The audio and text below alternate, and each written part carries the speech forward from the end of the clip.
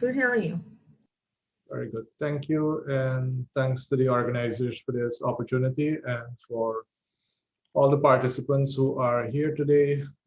I'm looking forward to really sharing some knowledge with you that will allow for, that will really allow for you to get some clarity around how business is currently done in Guyana and some tips on making it a little bit smoother. Just a little bit of background about me that Marissa already shared. When she says 2 decades, it's actually, this month is 2 decades of private sector service. And in private sector development, I've headed many organizations, and I think our current company is probably one of the only organizations that is a member of every single other business support organization in Guyana. Um, I'm not a medical doctor, I'm a doctor in management. I do specialize in entrepreneurship, and I'm also a mechanical engineer. So that helps from, especially when dealing with more technical companies. Now, in terms of an overview, especially the persons who are not that familiar with Guyana, Guyana has traditionally experienced a very slow population growth rate. And I will be giving you some projections of what's likely to happen with our population growth. Our literacy rate is fairly good in Guyana, and the unemployment rate still hovers at around 11%. We do have 10 regions that were some of them were very beautifully described by Stacy earlier.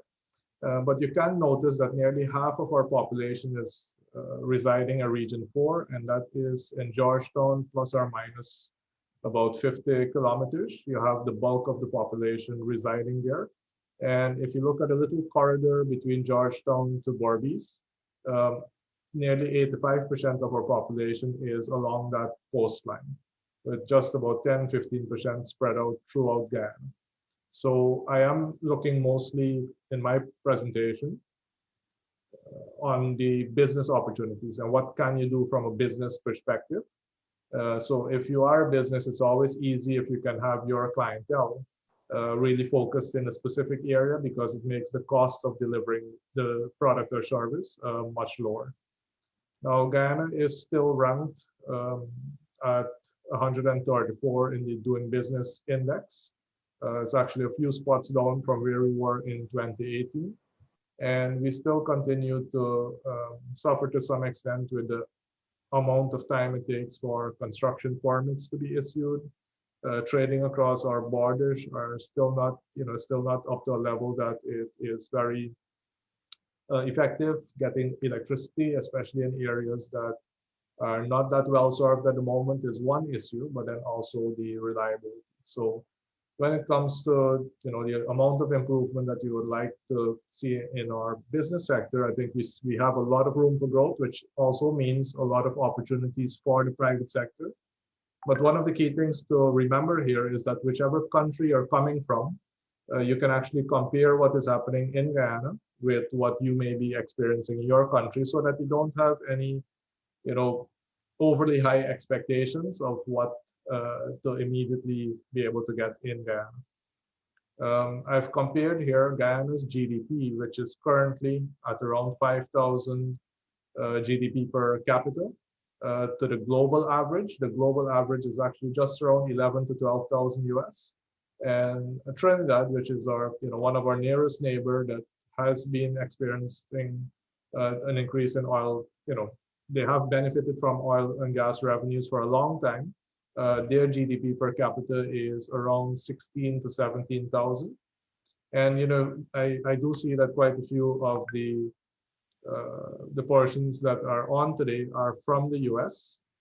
In the US, the GDP per capita is nearly 50,000 US dollars. So it's, when Salim did mention that, other countries that will still continue to attract us as Guyanese to their shores, the US to some extent leads the way, because, earning power in the US is still much higher than it is in Guyana. So it is something that we do have to be very conscious about, that until our GDP per capita exceeds 15-20,000 US dollars per month, per year, sorry, that we will then be able to really attract a high number of people. However, for 2021, we do expect our GDP growth to massively improve, and it will be based on some of the strengths that we have. We do have our oil and gas find. We're very strategically located, on the South American coastline with easy access to CARICOM, of which we are a member. We are English speaking, so that helps a lot. We're the only English speaking country in South America. We have an abundance of natural resources, and for taxes on manufacturing and service related entities, the corporate taxes on those entities are actually 25%, as opposed to 40% for commercial companies, which includes banks and trading entities. So if you're interested in importing items and reselling them in Guyana, for example, those tax rates are at 40% for a commercial company, which can be a little bit of a disincentive for those type of companies. Crime and corruption, those are areas that Guyana has been plagued with for many, many decades. And if we are to make it a lot better, those are areas that we need to significantly focus on. Infrastructure, healthcare, education are all areas that are not yet up to global standards, and those are also areas where we need to really accelerate our growth. And our high cost of electricity, ranging from about 25 cents to nearly 35 cents US cents per kilowatt hour, makes manufacturing and the types of industries that depend heavily on energy somewhat uncompetitive. There are a lot of opportunities in multiple sectors, including the spin-off areas from oil and gas, but also in manufacturing, agriculture, and the like. Threats, we still face border controversy that is now at the International Court of Justice, and it's been ongoing for many years. So the faster we get that resolved, the easier it is going to be for us to invest with a significant amount of confidence.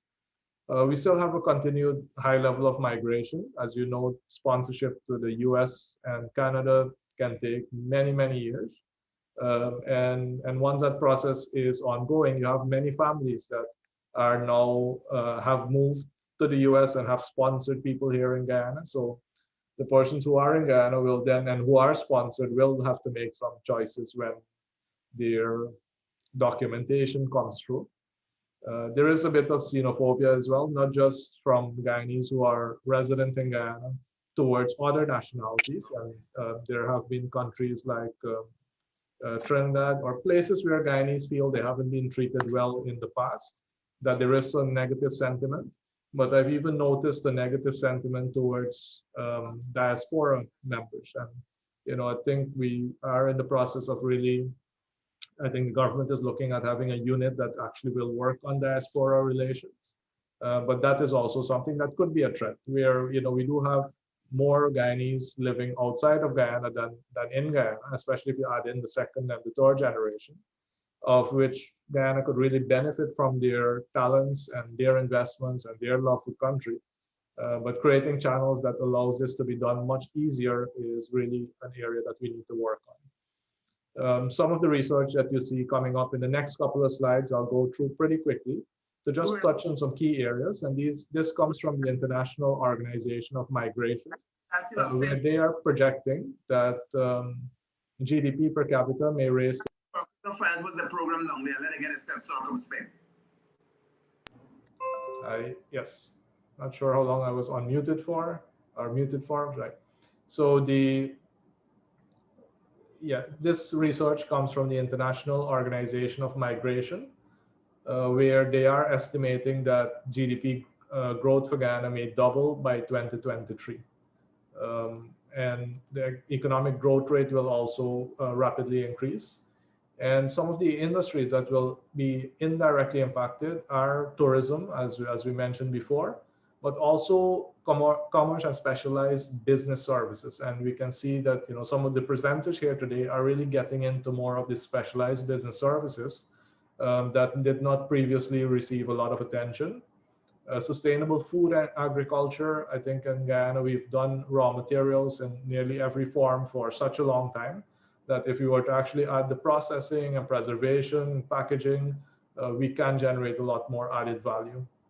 And then we have other areas. Health construction is already starting to boom. Steel prices are increasing. Cement shortages and stone shortages are being experienced at the moment. So, and that will only continue to increase unless we also increase our production. Training is a big area that really needs to be dealt with so that we raise our level of competence and our local capacity, because there is no local content without local capacity.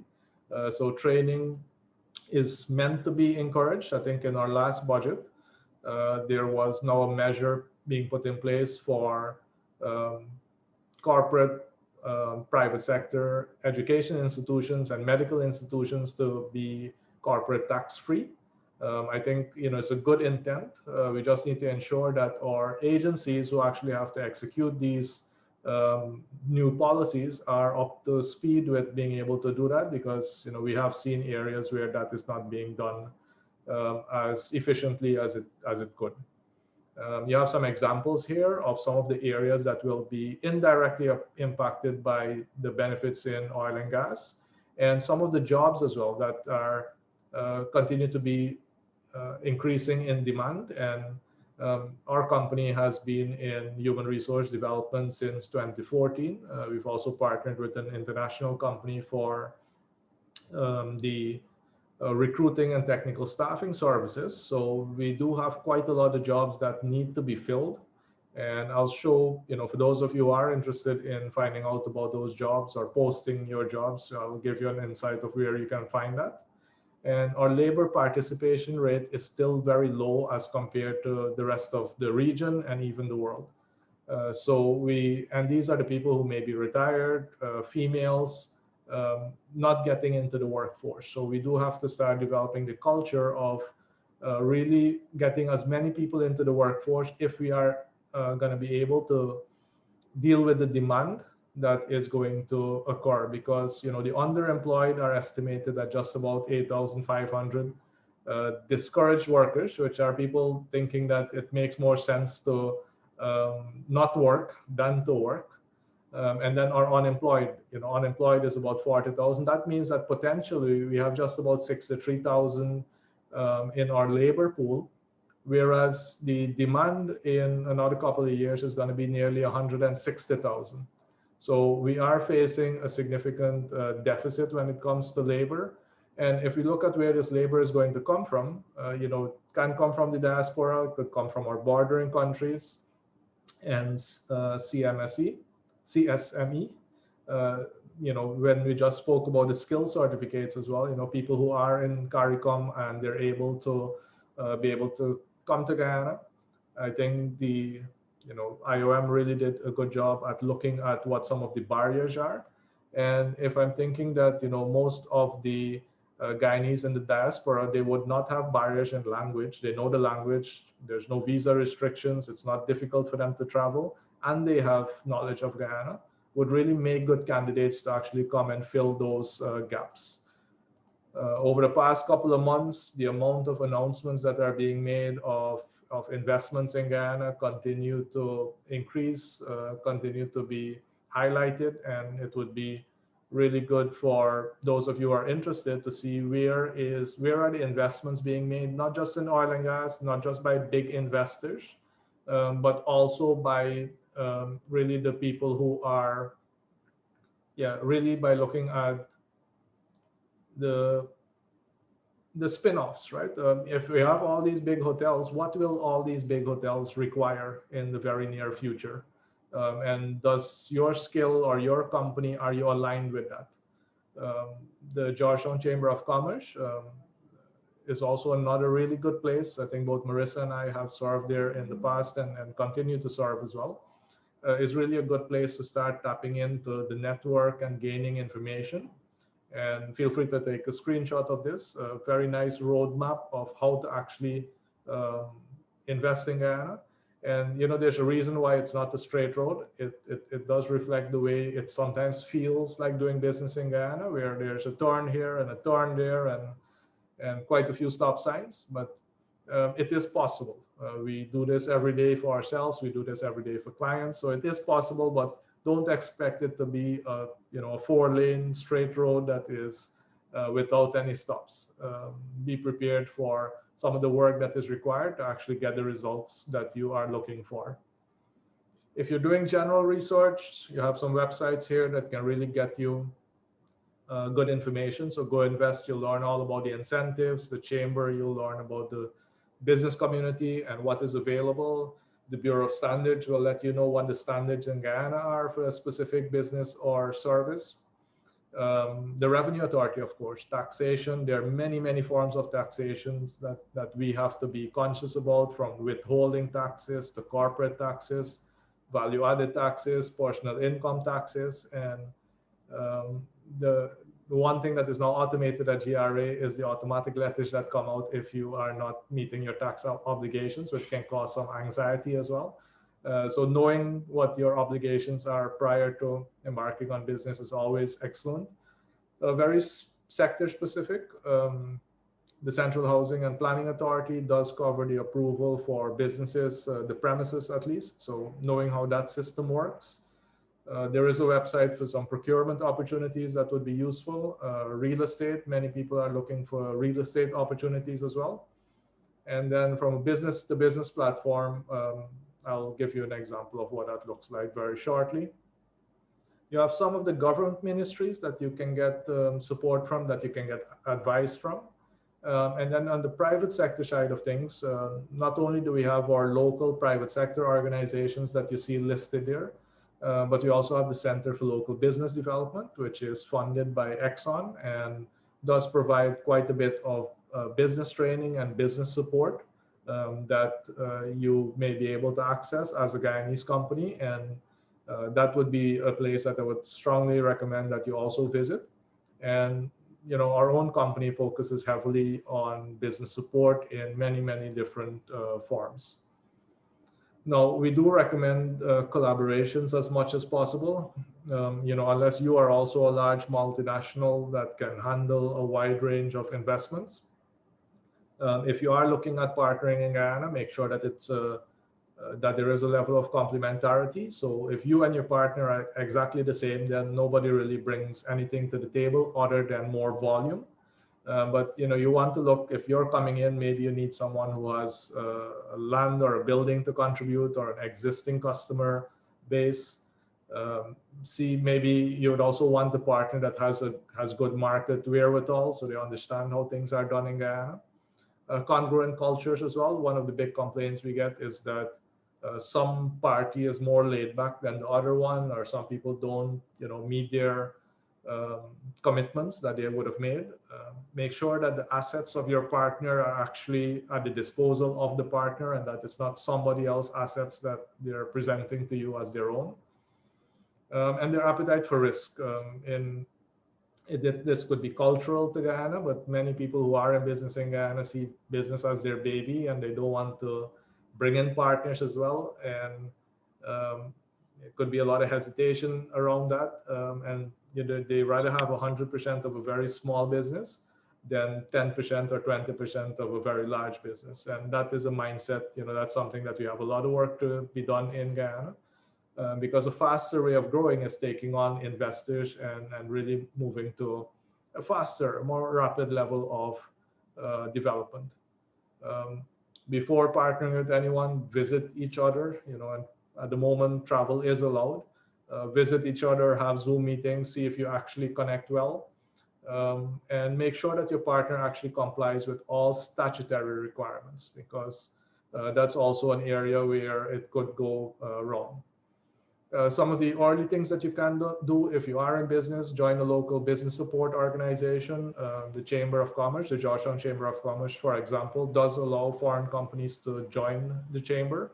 So that is an area. Submit a Go Invest proposal if appropriate, so you can benefit from any incentives for your specific type of business. Screen carefully, respect and comply with the local laws. Work on creating local employment as well. I think what we really need in Guyana here is employment opportunities. Not everyone is prepared to work in oil and gas or the direct spin-offs. and it does require some training to get people up to the level of what your business may require. So understand that that's part of the investment. And also decide what you want to do with your profits. Having a good profit sharing or reinvestment plan can help you get a lot more clarity. Make sure that whatever cash you've budgeted, or capital or cash flow you have budgeted, make sure that you budget an extra, I would say anywhere from 20 to 30%, because things tend to, many investors that we work with, we have to make sure that everything is up to speed, they get all their documents in, but we still have delays. And I trust that as we proceed as a country, that we get much better at dealing with cutting down bureaucracy and supporting investors. But I would say to the investors, make sure that you have sufficient capital or cash flow to bridge those delays, or else you may end up in a situation that you run out of cash before the business can actually start generating cash here locally. Also investigate, production and exports from Guyana. Guyana has a lot of raw materials, big opportunity for processing and exports. And if you are a non-Guyanese on the call right now, it would be nice to reciprocate that type of investment climate for Guyanese as well, because one of the big things that we keep hearing is that when Guyanese go to other countries, sometimes they're not treated as being very welcomed. To get more information, you can always check out our website, actioninvest.org, and you'll notice as well that we've made it a lot easier. If you're a business owner or a business executive, you'll see the range of services that we actually provide. And every tab that you click on, if it's training, you'll see the entire range of what is available. And this makes it a lot easier for persons to understand what is being done. You can see the recruiting tab as well. Once you click on the recruiting tab, there are hosts of jobs that need to be filled right now, from hospitality to oil and gas. Health and safety is in big demand right now in Guyana, not just directly for oil and gas, but also the companies that are raising their level of performance. And even ISO services, starting off being ISO certified does give you an edge in Guyana at the moment. Another place to get a lot of business information and is the Who's Who in Guyana Business Directory. You could find this online as well at who'swho.gy. It's an annual publication. We have the next one in development at the moment. And this is really a publication meant to make it very easy for any investor, local or foreign, to find the appropriate information about the sectors they may want to invest in, but also to be able to promote their own company, so people can put faces to the names within the organizations. And it has been well supported across the board, from the diplomatic corps to the private sector and the public sector. And if you were to come in at any of the airports, you'll be able to get your copy there free of cost. But you can also get online and be able to view and download the directory. So I know it was a lot of information to take in. I trust this was useful to you. If you do need to reach out to us, you have my contact information there. And again, thank you for taking the time out to really learn more about Guyana. And thank you to the organizers for this opportunity.